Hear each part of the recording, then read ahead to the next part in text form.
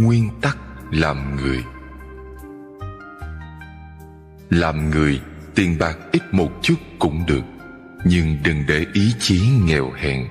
Đừng vì thiếu tiền mà tầm nhìn hạn hẹp. Dù không thể đạt đến vinh quang thì cũng nên làm một người hữu dụng. Hay, làm người, ngoại hình có thể không bắt mắt, nhưng đừng để nội tâm xấu xí, nhân từ lương thiện không phụ thuộc bề ngoài mà xuất phát từ bên trong tâm hồn. 3.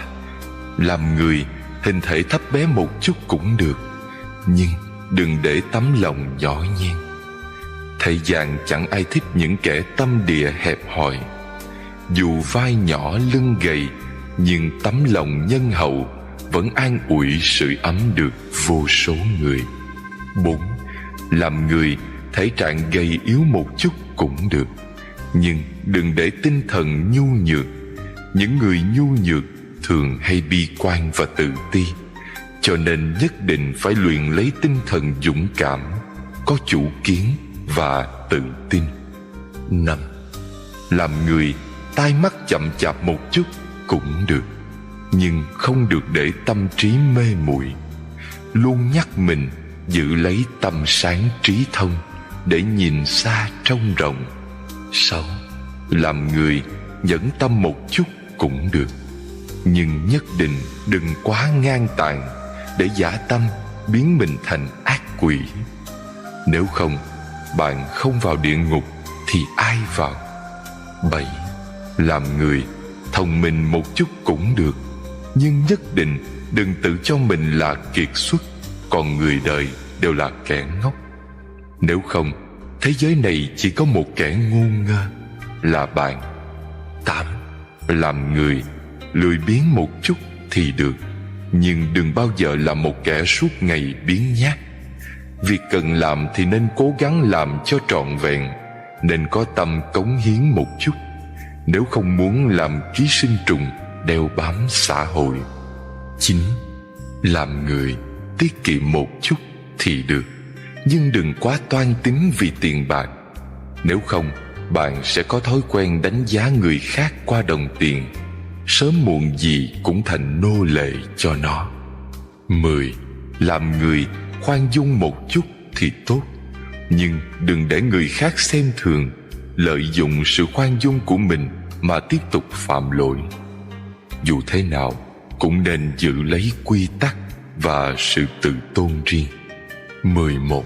Làm người, khổ cực một chút cũng được, nhưng đừng để nỗi khổ kéo dài không phương giải thoát. Phải học cách vươn lên. Ứng xử trong đời. Một người tính khí nóng nảy, miệng mồm độc địa, dù tâm địa tốt đến đâu cũng sẽ khiến người khác e ngại mà lánh xa. Nên dù có đủ lý lẽ cũng nên nhẹ nhàng một chút. Lý cần thẳng, nhưng khí nên hòa. Một lần tha thứ là một lần tạo phúc. Lòng càng rộng thì phúc sẽ càng lớn. Khi muốn phê bình người khác, trước nên xét lại mình đã hoàn thiện hay còn lỗi lầm nào không, rồi hãy nói. Gặp việc, nói nhiều không bằng nói ít không bằng nói đúng lúc. Bị người hiểu lầm mà không phân trần là rộng lượng. Sự việc thật giả, thời gian sẽ cho câu trả lời tốt nhất. Bị người tổn thương mà không oán trách là lương thiện. Tình đời thay đổi nóng lạnh, thời gian sẽ chứng minh tất cả. Bị người vu khống mà không buồn giận là có tu dưỡng. Phẩm chất tốt xấu, thời gian sẽ soi sáng tỏ tường. Người nhường nhịn không hề mất mát gì ngoài sự tự tôn. Họ còn có được lòng người, vì thế càng trở nên tôn quý. Biết cách hóa giải muộn phiền là trí tuệ. Có thể chia sẻ thương yêu chính là hạnh phúc.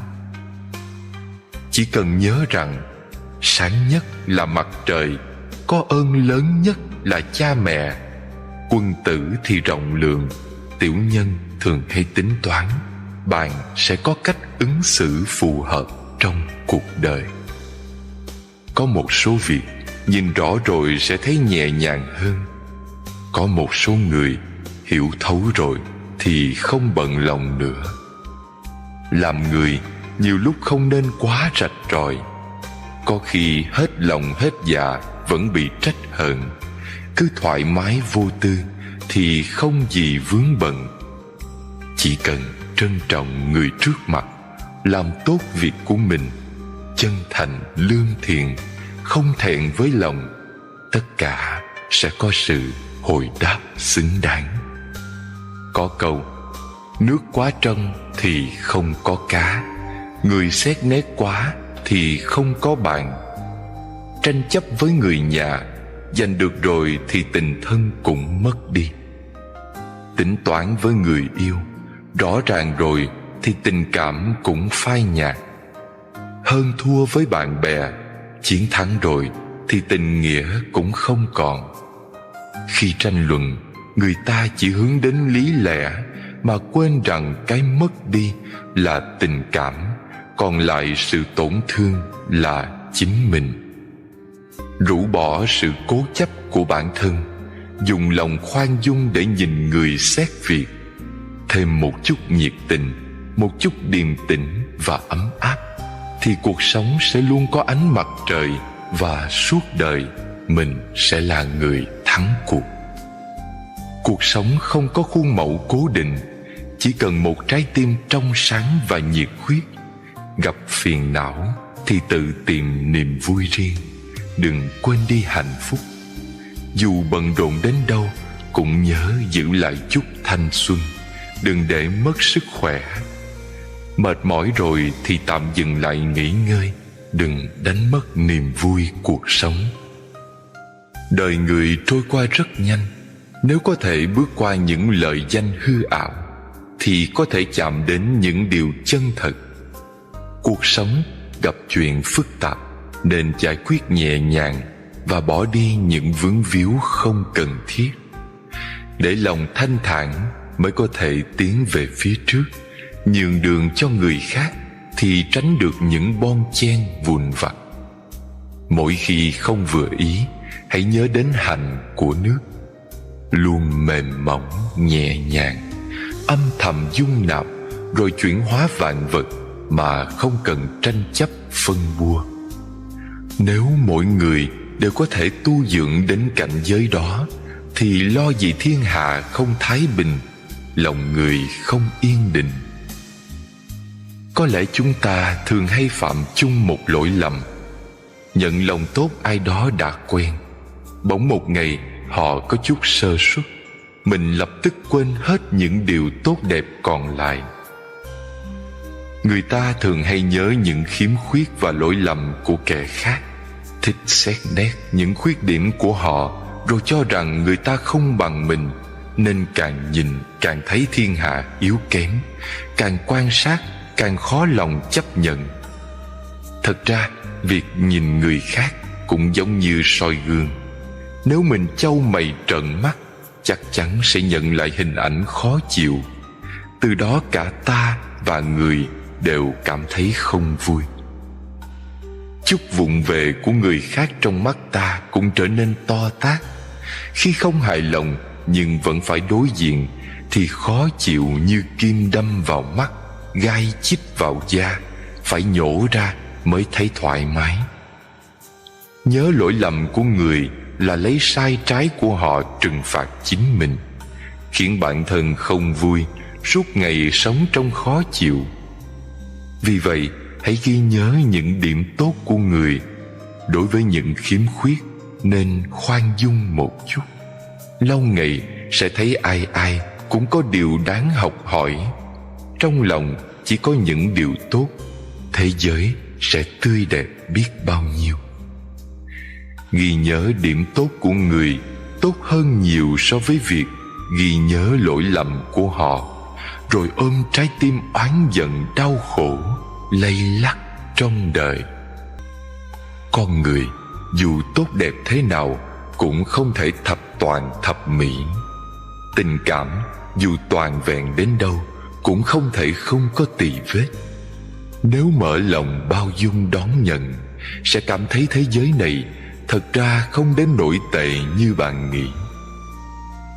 Trong hành trình kỳ diệu của cuộc sống, có thể gặp nhau đã là một nhân duyên.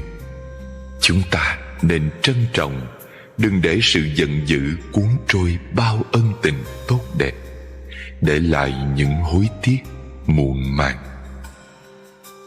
Bởi vì chúng ta đều có những muộn phiền, bất bình và nhiều việc không được như ý, nên đôi khi cảm thấy cả đất trời tăm tối, bất giác cảm khái: nhân tình sao mỏng manh như giấy lụa. Thật ra mặt trời luôn ấm áp, ánh ban mai vẫn sáng tươi mọi ngày, chỉ là có lúc chúng ta đứng trong bóng râm mà thôi. Cuộc sống ắt sẽ có những chuyện không như ý, sẽ phải gặp những kẻ không thuận lòng. Nếu không thể xem nhẹ và bỏ qua, bạn sẽ sống trong phiền phức và mỏi mệt. Giữa người với người, do kiến thức khác nhau, quan niệm khác nhau, sự tu dưỡng khác nhau, nên cách nhìn nhận và xử lý vấn đề không giống nhau.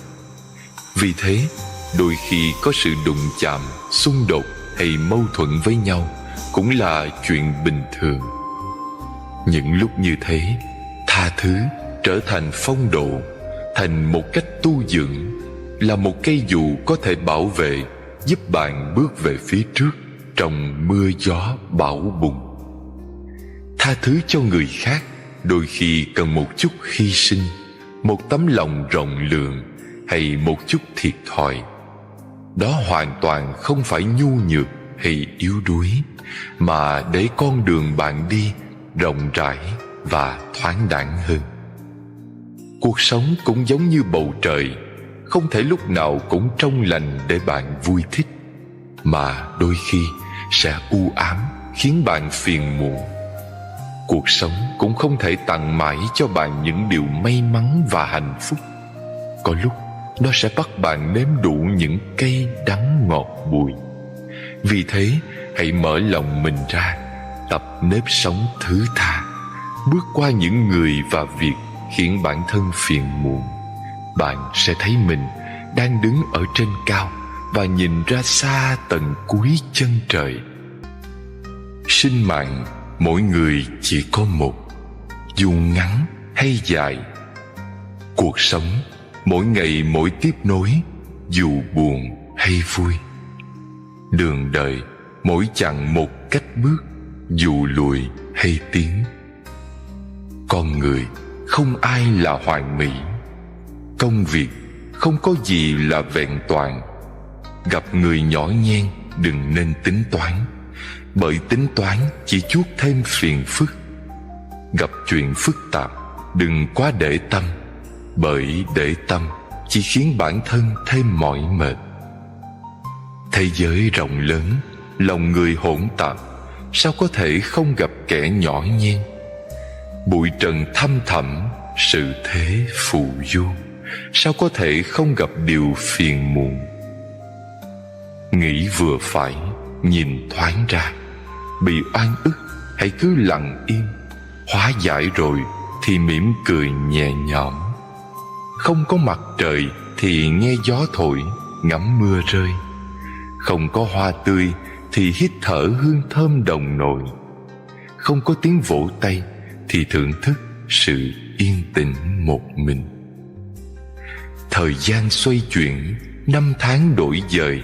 Không oán trách, không than thở, không đau buồn, không toan tính. Giữ lòng thanh thản, nhẹ bước trên con đường tươi đẹp. Trân trọng những tình cảm chân thành, giữ gìn lấy tâm trạng tích cực. Lúc cần kiềm chế thì hít một hơi thật sâu để thay đổi không khí. Đối diện với khó khăn nên bình tĩnh suy nghĩ, rồi thay đổi góc nhìn. Gặp thất bại cần cố gắng làm lại để khôi phục sự tự tin. Học đối diện với chính mình, cởi mở với cuộc đời. Tập thứ tha những lỗi lầm để mỗi ngày qua đi trong yên ả. Dùng thái độ khiêm nhường để làm việc, lấy tấm lòng chân thành để làm người.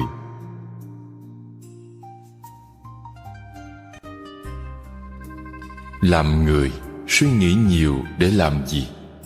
Nghĩ nhiều thì đau đầu, nghĩ lâu thì mệt mỏi. Suy nghĩ vẩn vơ rồi lo lắng mông lung. Chi bằng tìm chút việc để làm. Chúng ta chỉ có một cuộc đời này, kết thúc rồi thì không thể quay lại, mất đi rồi thì chẳng thể tìm về. Thời gian của mỗi người rất ngắn. Cuộc sống đáng giá hơn tiền của, quý trọng hơn vàng bạc.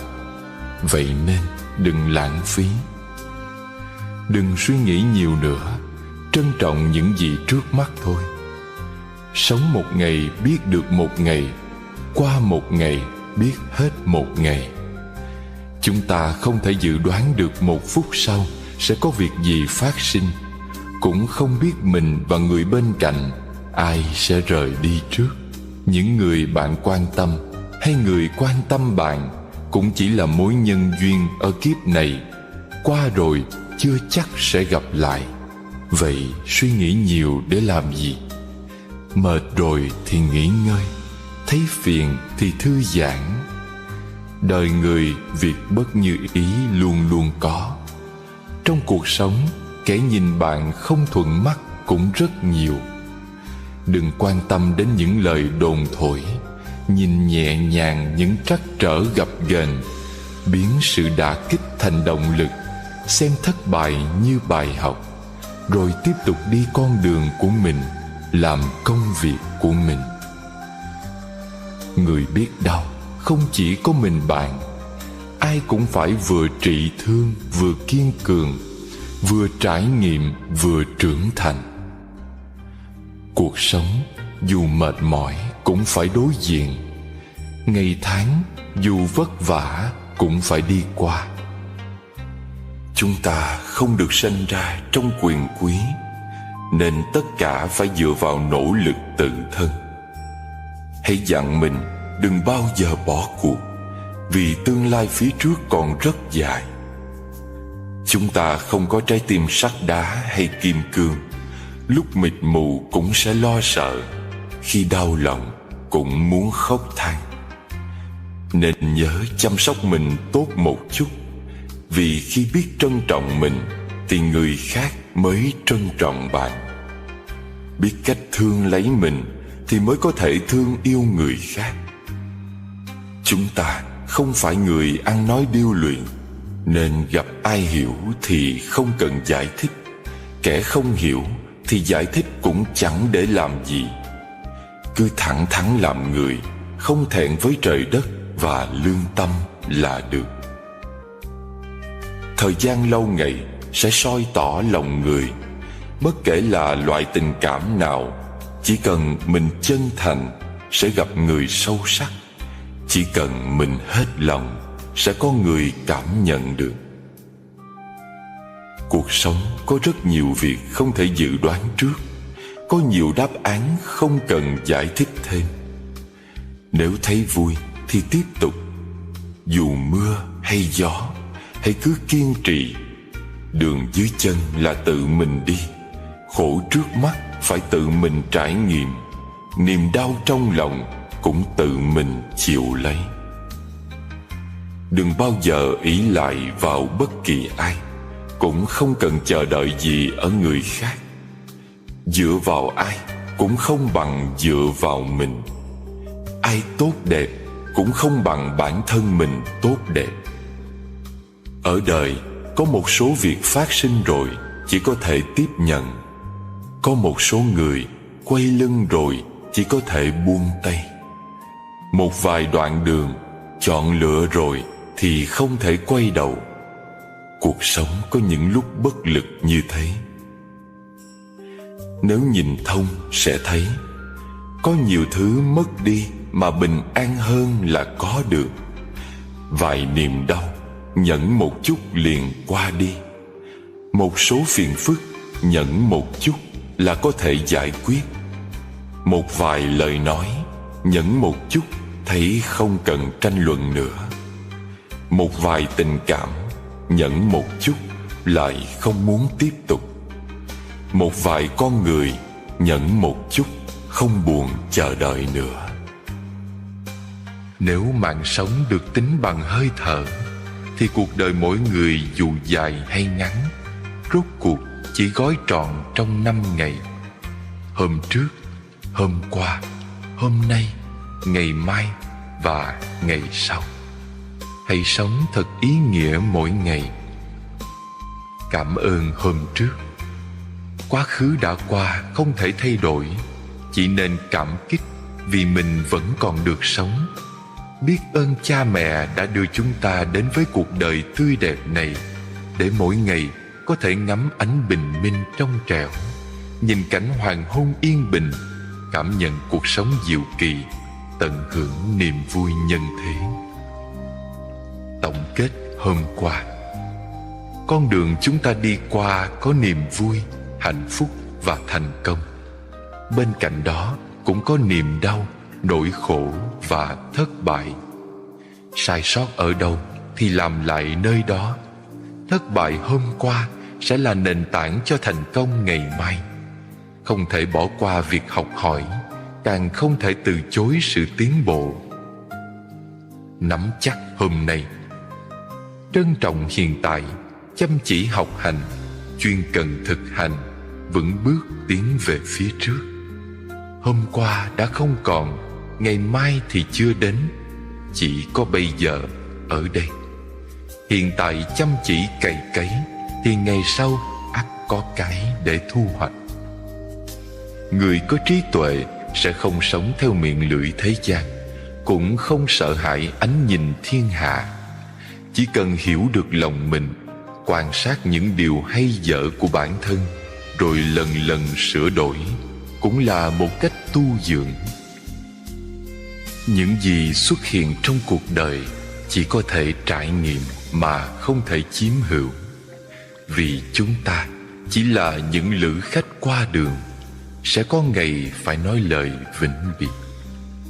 Nên những gì qua đi thì bình thản đối diện và mở lòng đón nhận những điều đang đến vui vẻ. Đời người trôi qua rất nhanh. Nếu có thể bước qua những lời danh hư ảo, thì có thể chạm đến những điều chân thật. Cuộc sống gặp chuyện phức tạp, nên giải quyết nhẹ nhàng và bỏ đi những vướng víu không cần thiết. Để lòng thanh thản mới có thể tiến về phía trước. Nhường đường cho người khác thì tránh được những bon chen vụn vặt. Phóng tầm nhìn ra xa sẽ thấy được cầu vồng sau cơn mưa. Sắp xếp hành lý gọn nhẹ mới thông thả trên đường xa vạn dặm. Thật ra quang cảnh tươi đẹp nhất không do mắt nhìn mà từ tâm cảm nhận. Tình cảm sâu sắc không cần thốt ra, vẫn có thể nhận biết qua hành động. Con người dù lạc quan thế nào cũng có khi phải rơi lệ. Nội tâm dù mạnh mẽ đến đâu cũng sẽ có lúc cảm thấy chông chênh. Chúng ta đều mong ước khi trời mưa có người che dù, gặp oan ức có người an ủi, lúc nguy cấp có ai đó bảo vệ. Nhưng ai nấy cũng đều hiểu rằng đường dù xa đến đâu, bản thân cũng phải tự đi. Việc dù nhiều rối rắm, mình cũng phải tự làm. Niềm đau dù khó tiếp nhận, cũng phải tự mình bước qua. Thế thái thất thường không thể không tỉnh táo. Lòng người thay đổi không thể không thích nghi. Hãy học lấy sự trân trọng, nhưng đôi lúc cũng nên biết cách lãng quên. Đối diện với điều khó đối diện có khi cũng là sự gánh vác. Tiếp nhận những điều khó tiếp nhận sẽ giúp ta trưởng thành hơn. Người ta thường nói, phải đến khi mất đi, chúng ta mới nhận ra mình từng có những gì. Thực tế thì bạn luôn biết những gì mình đang có, chỉ là ngỡ chúng sẽ không bao giờ mất đi mà thôi. Hãy tranh thủ tận hưởng mỗi việc nhỏ trong cuộc sống, vì mai này nhìn lại, bạn sẽ phát hiện ra kỳ thực chúng đều rất quan trọng. Có một vài thời khắc khi trở thành hồi ức rồi mới thấy hết sự quý giá. Thông thường khi bạn nỗ lực hết mình, người khác chưa chắc sẽ để tâm. Chỉ cần thôi cố gắng, người ta lại chú ý. Đôi khi trời không cho thứ bạn cần, không phải vì bạn không xứng đáng, mà là đã để dành cho bạn những điều tốt đẹp hơn. Sống đơn giản thì vui vẻ, nhưng đời này người vui vẻ cực ít. Phức tạp quá chỉ khổ tâm, vậy mà người đau khổ lại đầy rẫy. Rất nhiều phiền phức là bởi mình nghĩ trước tính sau, không chịu quyết đoán.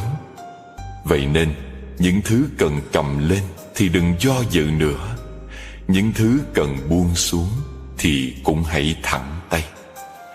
Vì phải kết thúc điều cần kết thúc mới khởi đầu được cái nên khởi đầu. Cuộc sống giống như một cây đàn, phím trắng là vui vẻ, phím đen là đau thương. Nhưng nên nhớ, chỉ khi hai phím trắng đen kết hợp mới thành ra giai điệu. Nếu không thử thách mình bằng những việc khó khăn, bạn không thể trở thành người tiến bộ được. Một người kinh qua nhiều con đường, giải quyết vô số việc phát sinh, mới nhanh chóng trưởng thành. Bất luận cuộc sống tầm thường thế nào, cũng cần phải đối diện. Đừng trốn tránh hoặc oán trách cuộc đời. Thời gian luôn vận chuyển, người đến đi tấp nập trong nhân gian. Đừng đánh mất cơ hội khiến cuộc sống mình trở nên có ý nghĩa. Có đôi khi niềm hạnh phúc giữ tâm hồn ta dịu dàng, và lắm khi lòng nhẫn nhục giúp đời ta được bình an. Có khi gặp nhiều nghịch cảnh giúp ta mạnh mẽ kiên cường, đối diện muộn phiền bất hạnh khiến lòng thêm lớn hiểu thương. Những phiền muộn của chúng ta cũng như muối, còn nước mặn hay nhạt, giống như khổ hay vui, đều phụ thuộc tâm lượng mình lớn hay nhỏ. Hạnh phúc đến từ cảm giác, vui vẻ là từ tâm thái, nhẹ nhàng là do lựa chọn. Sự việc dù đơn giản, nhưng suy nghĩ quá sâu, tính toán quá nhiều sẽ trở thành phức tạp, rồi vướng víu tay chân. Ngược lại, sự việc dù phức tạp thế nào, nếu biết xem nhẹ, bớt để tâm, cũng thành ra đơn giản, giải quyết dễ dàng. Cho nên khi đối diện một số việc, mỉm cười là được, đừng quá nghiêm trọng. Có một vài người nhìn biết là được, không cần bận tâm. Ai thích biểu diễn thì mình vỗ tay, vạch trần cũng không có nghĩa gì. Người đã cho mình đúng thì xem như không thấy, đỡ mất công tranh luận. Bạn là ai không quan trọng, họ là ai cũng vậy thôi. Không thẹn với lòng là được, tùy duyên mà sống mới hay. Đối với bạn, điều gì là quan trọng trong cuộc sống này? Sống ở đời, thứ quý giá nhất không phải tiền bạc, danh lợi hay quyền thế, mà là nội tâm, sự tu dưỡng và tố chất của mình. Những điều này nói lên phẩm hạnh của một con người. Để đánh giá ai đó có đáng tin hay không, để biết được đâu là người tốt hay kẻ xấu. Làm người cần sự chân thật, thành tâm thành ý, đừng tính toán quá, vì như thế chỉ tổn hại bản thân mà thôi. Làm việc nên chừa một đường lui, nói chuyện nên để chút khẩu đức, mới không đến mức đâm vào đường cùng, rước họa vào thân. Việc thiện làm nhiều một chút thì việc ác sẽ giảm đi. Chân thành được xem trọng thì toan tính sẽ ít lại. Khích lệ nhiều một chút thì trách móc sẽ ít đi. Giúp đỡ nhiều một chút thì lợi dụng tự nhiên sẽ giảm xuống. Chú ý nói lời chuẩn mực, dù đùa vui cũng nên có chừng mực. Người sống một đời như sương bụi sớm, tan rồi là hết. Người xưa có một câu nói rất hay: một bát cơm tặng người thành ơn, một tấn gạo nuôi người thành oán. Có một số người quen nhận rồi sẽ quên mất cảm ơn. Không phải ai cũng biết lấy hai chữ lương tâm ra đối đãi. Dù bạn có 100.000 điều tốt, nhưng chỉ cần làm cho người một chút không vừa ý, bao nhiêu điều tốt liền bị phủi sạch trơn. Dù bạn đã hết lòng thật dạ, chỉ cần một lần lầm lỡ liền trở thành tội đồ nhiều toan tính. Dù giúp đỡ 100 lần chưa nhận tiếng cảm ơn, chỉ một khi chưa kịp ra tay liền bị ghim lòng thù hận. Cho nên làm người nên dựa vào tấm lòng, đừng quá quan tâm tới hình thức. Thật dạ đối đãi mới mong gặp tri kỷ. Dùng miệng lưỡi ba hoa thì đừng hỏi đến niềm tin. Thước tất có ngắn có dài. Đừng bao giờ dùng tiêu chuẩn của mình để đo lường kẻ khác. Cũng đừng dùng sự hiểu biết cá nhân để phán xét bất kỳ ai. Không ai là trọn vẹn hoàn mỹ. Trước khi nói lỗi người hay chê cười sự vụng về của thiên hạ, nên xét lại bản thân mình. Mắt là để nhìn thấy những điều tốt đẹp, đừng chỉ biết dòm ngó thị phi. Miệng là để ăn cơm nói chuyện, không phải vũ khí công kích, ly gián lẫn nhau. Lời nói được xem như chìa khóa để mở lòng người khác, mà cũng là vũ khí sát thương người nhanh nhất. Rất nhiều khi lời nói như lưỡi dao vô hình, giết người không thấy máu, nhưng vô cùng sắc bén và tàn nhẫn. Một câu nói vô tâm, một ánh nhìn lạnh lẽo, một động tác bốc đồng cũng đủ làm tan bao nhiệt huyết trào chân. Mối quan hệ càng gần gũi, vết thương sẽ càng sâu. Nhiều khi người phát ngôn quá vô tình khiến người nghe tan nát. Thời gian trôi qua, vết thương có thể liền, nhưng vết sẹo sẽ không bao giờ mất đi, mà có thể bị đau hay nổi ngứa nếu bất chợt đụng vào. Tuy lời nói không trực tiếp lấy được mạng ai, nhưng rất dễ làm hao mòn tình cảm, đẩy người xa ta, làm mất đi nghĩa ân, khiến cho đời lạnh lẽo. Trong cuộc đời, rất nhiều người, nhiều việc, nhiều phân đoạn tình cảm không nên níu kéo. Cứ mỉm cười tiến về phía trước. Cởi mở một chút sẽ học được nhiều thứ. Tao nhã một chút sẽ càng tươi đẹp hơn. Sáng suốt một chút, nụ cười sẽ rạng rỡ, hạnh phúc hơn.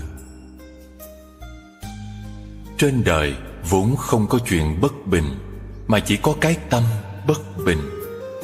Đừng trách móc oán hận, mà hãy thản nhiên với hết thảy, xem mọi chuyện như khói mây.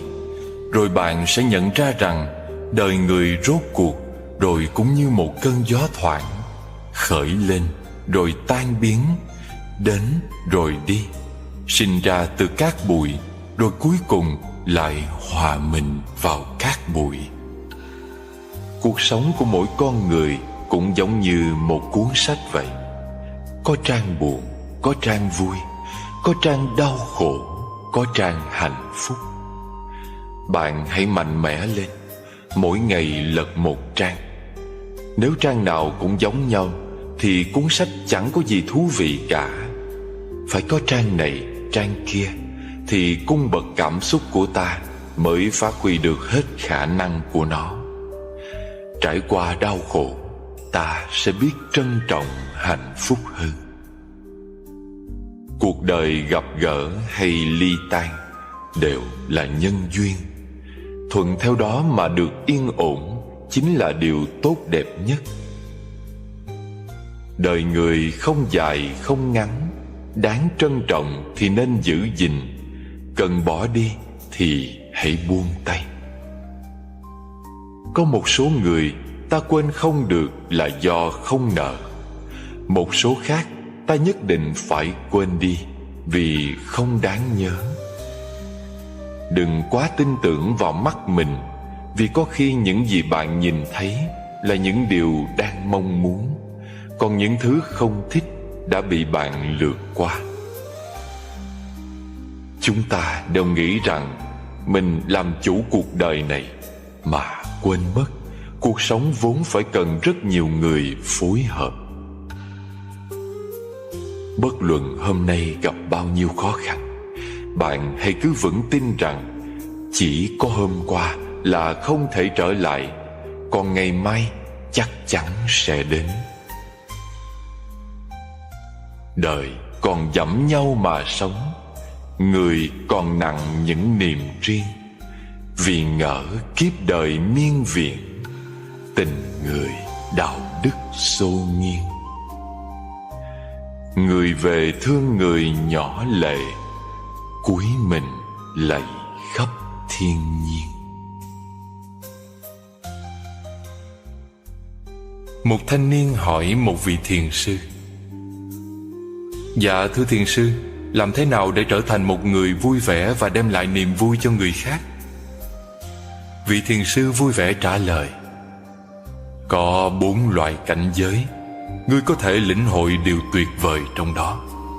Đầu tiên là phải coi mình là người khác, đây là vô ngã. Thứ hai là phải coi người khác là chính mình, đây là từ bi. Thứ ba là phải coi người khác là bản thân họ, đây là trí tuệ. Cuối cùng là phải coi mình là chính mình, đây là tự tại. Phải hiểu rõ những lời dạy này thì con sẽ biết mình cần phải làm gì để luôn vui vẻ và đem lại niềm vui cho người khác. Tránh không làm điều ác, không say sưa nghiện ngập, tinh cần làm việc lành, lánh xa kẻ xấu ác, được thân cận người hiền, tôn kính bậc đáng kính, được cung phụng mẹ cha, yêu thương gia đình mình, biết khiêm cung lễ độ, tri túc và biết ơn, không bỏ dịp học đạo là phước đức lớn nhất. Chúng ta một đời lo toan, bận rộn, mệt mỏi, dù cực khổ ra sao, công việc vẫn làm không thể hết. Một đời tiết kiệm, thu vén, tích trữ, dù gom góp bao nhiêu, tiền bạc vẫn chưa thấy đủ. Một đời nhẫn nhục, nhường nhịn, lo lắng, dù thận trọng đến đâu, lỗi lầm vẫn phạm phải không ít. Một đời đọc sách, cảm nhận, ứng dụng, dù thông minh thế nào, thiệt thòi vẫn gánh chịu ít nhiều. Thế giới rộng lớn, con người bé nhỏ, có một số việc không nên xem quá nặng nề. Trên đời không phải chuyện gì cũng như ý, đừng chèn ép chính mình. Nếu đã tận lực, hết lòng rồi, thì kết quả như thế nào cũng nên vui vẻ đón nhận. Vì bận rộn cũng là một thứ hạnh phúc, giúp chúng ta không còn thời gian nghĩ ngợi linh tinh. Bôn ba đôi khi cũng có niềm vui riêng, giúp chúng ta có cơ hội trải nghiệm cuộc sống thực tế. Mệt nhọc cũng là một kiểu hưởng thụ, giúp mình tận dụng hết khoảng thời gian trống. Lận đận cũng là một kinh nghiệm, giúp ta hiểu hơn về cuộc đời. Cuộc sống vốn không hề tồi tệ, đúng sai đều là kinh nghiệm, tốt xấu đều là phong cảnh.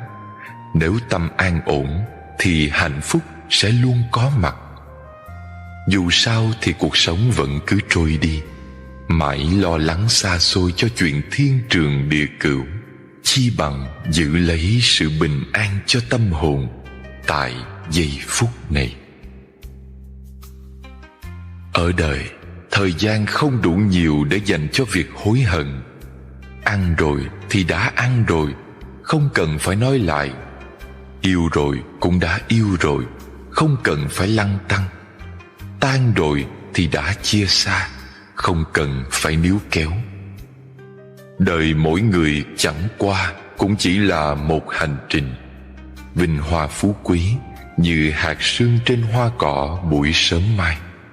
Lúc sanh ra không mang gì đến, thì khi chết đi cũng không đem được gì theo.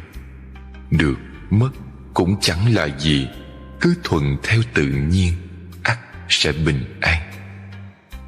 Bạn đối với một người có thể không là gì, nhưng đối với người khác có khi lại là bảo vật vô giá.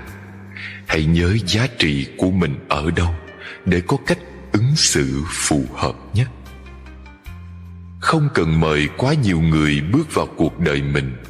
Gặp người thương mình sẽ học được cách cảm ơn. Gặp người mình thương tự nhiên biết cách chia sẻ. Gặp người không hiểu mình lâu dần sẽ biết cách bao dung. Gặp người mình không hiểu, nếu có lòng sẽ luyện được nghệ thuật thấu hiểu. Khi có thể bỏ qua quá khứ, xem trọng hiện tại và vui vẻ với tương lai, là lúc bạn đang đứng ở vị trí cao của cuộc đời. Khi bao dung được cả những điều bất như ý trong cuộc sống, chỉ quan tâm đến trách nhiệm mà không cần lợi ích, là lúc bạn đang đứng ở vị trí cao của tinh thần. Khi có thể hướng về phía trước với lòng hy vọng, nhìn xuống dưới với sự cảm thông và đối đãi với người trên bằng tâm cảm kích, là lúc bạn đang đứng ở vị trí cao của tâm hồn. Cuộc sống không những cần nhìn xa, nhìn thấu, mà còn phải nhìn mọi việc thật thông suốt. Nhìn xa mới thấy được toàn vẹn, nhìn thấu mới biết được thiên hạ nhộn nhịp kia phần đông đều vì danh mà đến, vì lợi mà đi. Nhìn thông không phải đã hết mưu cầu, mà để tâm được bình an và yên tĩnh. Sự lão hóa đáng sợ nhất của con người không phải ở ngoại hình, mà là mất đi tinh thần cầu tiến. Một người tuy không thể thay đổi hình dáng bên ngoài, nhưng hoàn toàn có thể cải thiện tính tình ở bên trong. Tính cách thay đổi thì cuộc đời sẽ theo đó mà khác đi. Trong các mối quan hệ qua lại ở đời, nên nhớ sự lương thiện, nhiệt tình và thành thật dễ mang lại kết quả tốt đẹp. Có những nụ cười gần gũi hơn cả sự lễ phép, và có thể mang lại sự nồng ấm cho người đối diện. Con người dù lạc quan thế nào cũng có khi phải rơi lệ. Nội tâm dù mạnh mẽ đến đâu cũng sẽ có lúc cảm thấy chông chênh. Chúng ta đều mong ước khi trời mưa có người che dù, gặp oan ức có người an ủi, lúc nguy cấp có ai đó bảo vệ. Nhưng ai nấy cũng đều hiểu rằng đường dù xa đến đâu, bản thân cũng phải tự đi. Việc dù nhiều rối rắm, mình cũng phải tự làm. Niềm đau dù khó tiếp nhận, cũng phải tự mình bước qua. Thế thái thất thường, không thể không tỉnh táo. Lòng người thay đổi, không thể không thích nghi. Hãy học lấy sự trân trọng, nhưng đôi lúc cũng nên biết cách lãng quên. Đối diện với điều khó đối diện có khi cũng là sự gánh vác. Tiếp nhận những điều khó tiếp nhận sẽ giúp ta trưởng thành hơn. Bị người hiểu lầm mà không phân trần là rộng lượng. Sự việc thật giả, thời gian sẽ cho câu trả lời tốt nhất. Bị người tổn thương mà không oán trách là lương thiện. Tình đời thay đổi nóng lạnh, thời gian sẽ chứng minh tất cả. Bị người vu khống mà không buồn giận là có tu dưỡng. Phẩm chất tốt xấu, thời gian sẽ soi sáng tỏ tường. Ở đời, nhiều khi hơn nhau không phải do bạn nhìn thấu bao nhiêu chuyện, mà quan trọng ở chỗ bạn biết xem nhẹ những việc gì.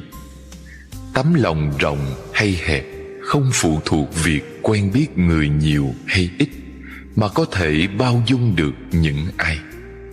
Người chấp nhận thiệt thòi không có nghĩa là thua thiệt. Sớm muộn gì cũng sẽ có sự bù đắp xứng đáng. Cuộc sống ắt sẽ có những chuyện không như ý, sẽ phải gặp những kẻ không thuận lòng. Nếu không thể xem nhẹ và bỏ qua, bạn sẽ sống trong phiền phức và mỏi mệt. Giữa người với người, do kiến thức khác nhau, quan niệm khác nhau, sự tu dưỡng khác nhau, nên cách nhìn nhận và xử lý vấn đề không giống nhau. Vì thế, đôi khi có sự đụng chạm, xung đột hay mâu thuẫn với nhau cũng là chuyện bình thường. Những lúc như thế, tha thứ trở thành phong độ, thành một cách tu dưỡng, là một cây dù có thể bảo vệ, giúp bạn bước về phía trước trong mưa gió bão bùng.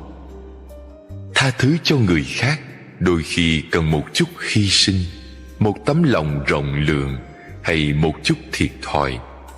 Đó hoàn toàn không phải nhu nhược hay yếu đuối, mà để con đường bạn đi rộng rãi và thoáng đãng hơn.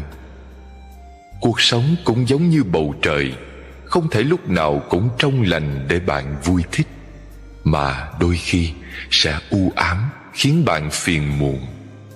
Cuộc sống cũng không thể tặng mãi cho bạn những điều may mắn và hạnh phúc. Có lúc nó sẽ bắt bạn nếm đủ những cay đắng ngọt bùi. Vì thế, hãy mở lòng mình ra, tập nếp sống thứ tha, bước qua những người và việc khiến bản thân phiền muộn. Bạn sẽ thấy mình đang đứng ở trên cao và nhìn ra xa tận cuối chân trời.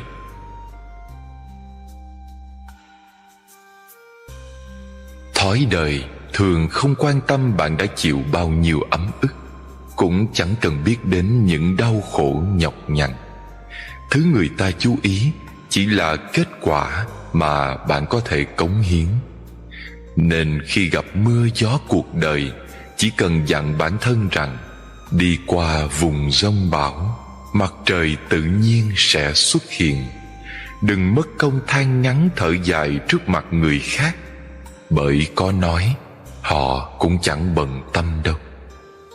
Có một số việc buông xuống được sẽ cảm thấy nhẹ nhàng. Có một số người chợt nhớ đến cũng làm ta hạnh phúc. Một vài niềm đau nghĩ thông suốt sẽ giúp mình thêm mạnh mẽ. Quá bận tâm vào một vấn đề sẽ khiến mình lẫn quẩn không thôi. Thật ra, sự việc dù đơn giản đến đâu, nếu nghĩ quá nhiều cũng trở nên phức tạp. Chỉ cần giữ một tâm thái điềm tĩnh, một tấm lòng rộng mở, thì việc gì đến cũng sẽ đơn giản và nhẹ nhàng qua đi. Cho dù có bao nhiêu tiếc nuối hay mỏi mệt, may mắn hay bất hạnh, những gì đã qua đều là quá khứ. Qua rồi thì nên buông xuống, lòng mới thanh thản được. Dù huy hoàng đến đâu, xuất sắc thế nào, gặp bao nhiêu trắc trở, bao nhiêu thất bại, nếu đã cố gắng hết sức rồi thì không có gì phải hối hận. Đời người có rất nhiều việc tự mình phải làm, rất nhiều điều chỉ bản thân mình cảm nhận. Lòng rộng thì đường thoáng, tâm hẹp thì khó thông. Làm người nên biết nghĩ đến nghĩa ân, làm việc đừng quá trọng lý mà quên tình. Một năm có 4 mùa: xuân, hạ, thu, đông, tuần tự xoay vần. Nhưng đời người thì không hề quay lại. Chỉ có thể một lần gieo hạt rồi thu hoạch hoa quả. sao không cố gắng làm một vụ mùa tốt nhất? Đời người cũng chỉ gói gọn trong 3 ngày: hôm qua, hôm nay và ngày mai. Hôm qua như nước chảy mây bay, qua rồi không thể trở lại. Hôm nay dù đang ở đây, nhưng cũng từng bước lùi vào quá khứ. Ngày mai sẽ đến, nhưng rồi cũng sẽ qua đi. Cứ thế, vừa chớp mắt đã là 1 năm, mới quay lưng đã hết một đời. Chỉ có buông bỏ hôm qua, trân trọng hôm nay, thì ngày mai mới không đến trong hối hận bẽ bàng. Cả đời nếu chỉ dùng tình cảm để sống, dễ lâm vào bi kịch. Nhưng nếu quá lý trí thì dễ trở thành lố bịch. Không có khúc khuỷu gập ghềnh, đâu gọi là chinh phục. Không có phiền não khổ đau, sao gọi là cuộc đời? Cho dù mạnh mẽ đến đâu, cũng có khi ta mềm yếu. Một lời lân mẫn trao nhau, vực dậy niềm tin kỳ diệu. Sẽ có lúc hồn vắng thiếu, dù ngồi trên đỉnh thành công. Hạnh phúc là thương là hiểu, nên cần chia sẻ cảm thông. Chúng ta, những con người bằng xương bằng thịt, khó tránh khỏi những lúc sức cùng lực kiệt. Một trái tim nhỏ bé, yếu đuối sẽ có khi cảm thấy thương tổn, đau lòng. Nhưng không phải hễ có bao nhiêu uất ức thì đều phải phơi bày lên khuôn mặt. Càng không thể hễ gặp khó khăn là phải tìm người kể khổ. Nếu mọi nỗi đau đều có thể quên đi, thì chẳng ai muốn giữ mình thanh thản. Nếu mọi vết thương đều có thể liền sẹo, thì cần chi những cấm kỵ trên đời. Hãy nhớ rằng bạn cũng là một người bình thường. Lúc cơ thể mỏi mệt, cần phải biết nghỉ ngơi. Khi trong lòng bị tổn thương, cần phải được điều trị. Mọi việc chỉ cần bản thân đã cố gắng hết lòng, thì kết quả thế nào cũng không cần hối hận. Bởi trên đời có rất nhiều việc không phải mình muốn là được, không nên làm khó bản thân. Cuộc sống chỉ có một con đường chúng ta không thể lựa chọn, là đầu hàng. Có một lối đi không thể từ chối, là trưởng thành. Bước qua một trắc trở sẽ có thêm một kinh nghiệm. Khắc phục được khó khăn giúp ta thêm kiên cường. Cuộc đời nếu có thể bớt chút so sánh, bớt chút toan tính, bớt chút oán hờn, bao dung nhiều hơn, thấu hiểu nhiều hơn, cho đi nhiều hơn, thì mỗi ngày đều là một ngày mới, và thế giới sẽ trở nên yên bình. Hạnh phúc do mình biết cách. Chuyện lớn biến thành nhỏ nhoi, chuyện nhỏ nhìn như mây khói. Lòng ta biển rộng bên đời. Chúng ta đến thế giới này tự trung chỉ có 2 việc lớn: sanh và tử. Một việc đã hoàn thành, chỉ còn lại một thôi, nên không cần phải gấp. Những gì đủ duyên ắt đến, xong rồi thì tan. Chờ đợi hay mong cầu thì được gì?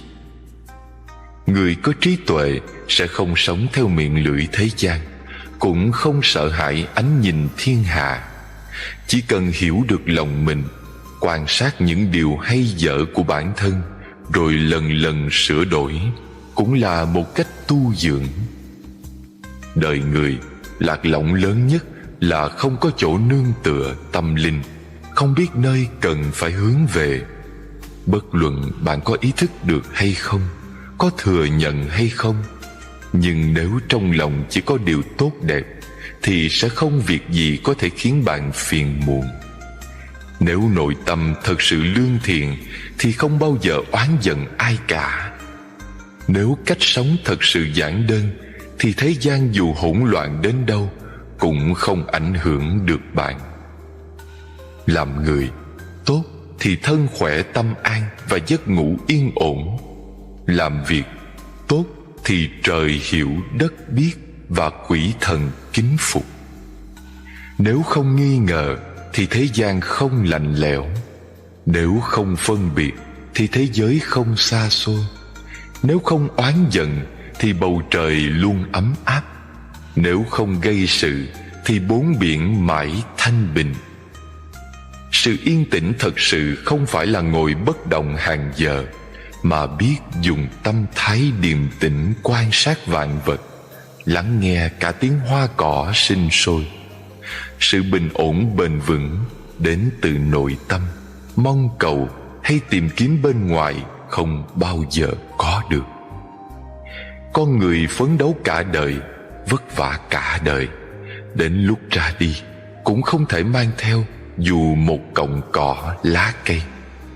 Níu kéo một đời, vun vén một đời, cuối cùng cũng không thể mang theo dù một chút hư vinh ái mộ. Đã sanh ra thì bất luận giàu sang hay nghèo hèn, đi hết đoạn đường rồi thì ai cũng phải nói lời vĩnh biệt. Nên khi còn cơ hội, hãy sống hết lòng, quý trọng người mình thấy cần và thích. Đừng chạy theo những tiêu chuẩn phù phiếm thế gian. Một đời thật ra rất ngắn. Biết bao kẻ hứa hẹn sống 100 năm, vừa quay lưng đã thành người quá cố. Cũng có kẻ vừa kết bạn tâm giao, khi tỉnh giấc đã âm dương cách biệt.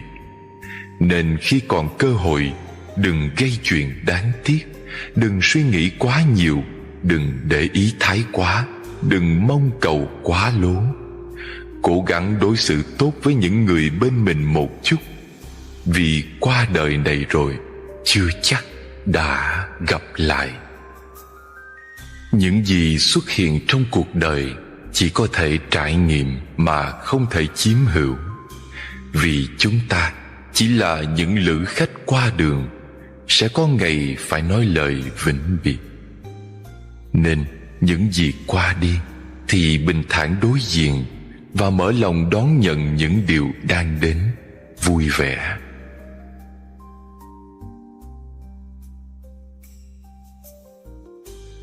Đời người trôi qua rất nhanh. Nếu có thể bước qua những lời danh hư ảo thì có thể chạm đến những điều chân thật. Cuộc sống gặp chuyện phức tạp nên giải quyết nhẹ nhàng và bỏ đi những vướng víu không cần thiết. Để lòng thanh thản mới có thể tiến về phía trước. Nhường đường cho người khác thì tránh được những bon chen vụn vặt. Phóng tầm nhìn ra xa sẽ thấy được cầu vồng sau cơn mưa. Sắp xếp hành lý gọn nhẹ mới thông thả trên đường xa vạn dặm. Thật ra quang cảnh tươi đẹp nhất không do mắt nhìn mà từ tâm cảm nhận. Tình cảm sâu sắc không cần thốt ra, vẫn có thể nhận biết qua hành động. Mỗi khi không vừa ý, hãy nhớ đến hành của nước, luôn mềm mỏng nhẹ nhàng, âm thầm dung nạp rồi chuyển hóa vạn vật mà không cần tranh chấp phân bua.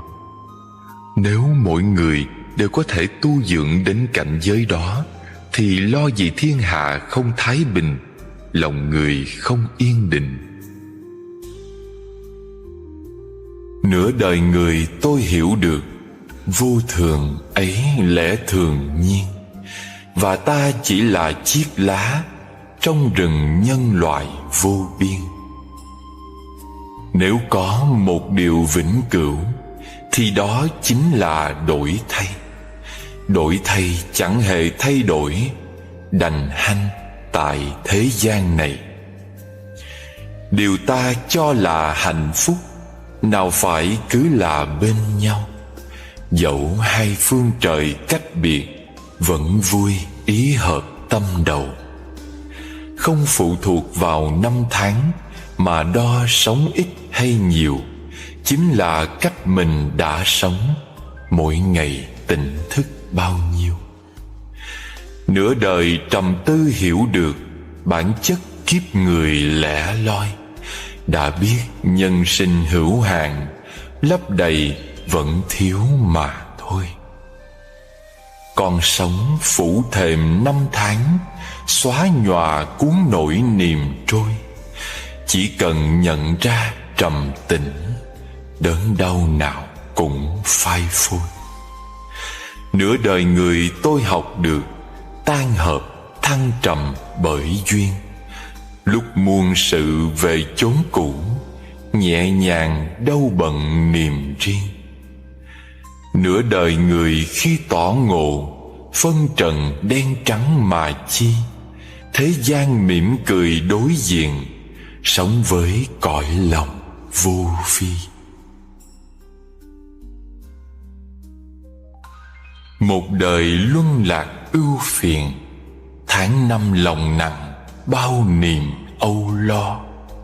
Từ đâu ai đã buộc cho, khư khư rồi lại bo bo nghiệp trần. Học buông bỏ bản ngã. Thế gian lẽ thường, người ta ngẩng cao đầu thì dễ, nhưng cúi đầu khiêm hạ thì khó. Người nói nhiều thì dễ, nhưng biết cách im lặng thì khó. Hứa hẹn nhiều thì dễ, nhưng làm được điều mình hứa mới khó. Nghi ngờ, nghĩ xấu cho người thì dễ, nhưng tin tưởng và nghĩ tốt cho người thật khó làm theo. Chúng ta thường thấy nhiều lỗi lầm của người, nhưng lại chẳng mấy khi thấy được lỗi của mình, dù có hiển hiện trước mắt. Những gì mình làm cho người mình nhớ rất rõ, nhưng lại hay quên báo đáp công ơn của người khác đã làm cho mình. Thương quý người tốt đẹp đáng yêu không khó bằng thương được người còn nhiều lỗi lầm khiếm khuyết. Cúi đầu trước cường quyền ác đạo lại dễ hơn cúi đầu quy y theo bậc thánh nhân. Hưởng thụ và chạy theo dục lạc thế gian dễ hơn trì giới và sống giản đơn giữ mình theo phạm hạnh. Thọ giới thì dễ, trì giới mới khó. Chạy theo trần cảnh thì dễ, buông bỏ xả ly thật quá xa vời. Luân hồi vốn đang có sẵn, giải thoát thật khó làm. Tâm người ngã mạn ngút ngàn, người chỉ cần lạy một lạy, buông bỏ bản ngã thâm sâu. Trời bỗng cao hơn, đại địa lập tức mở ra, thênh thang rộng lối. Nếu muốn ngồi trên tòa sen, thì trước tiên ta phải đứng được trong bùn nhơ nước động, làm được điều mà người khác ngại làm, và chịu đựng được những điều mà người khác khó lòng chịu đựng được. Làm sao giữ lại điều không thể, cát biển tuôn dần qua kẻ tay. Làm sao miên viễn đời dâu bể, bão gió trên ngàn thôi cuốn mây. Làm sao níu áo thời gian lại, ngắm nụ xuân thì chưa úa môi. Làm sao tìm thấy dòng sông cũ, lạ lẫm chiều nay bến lỡ bồi. Bất luận hôm nay gặp bao nhiêu khó khăn, hãy vững tin rằng chỉ có hôm qua là không thể trở lại, còn ngày mai chắc chắn sẽ đến.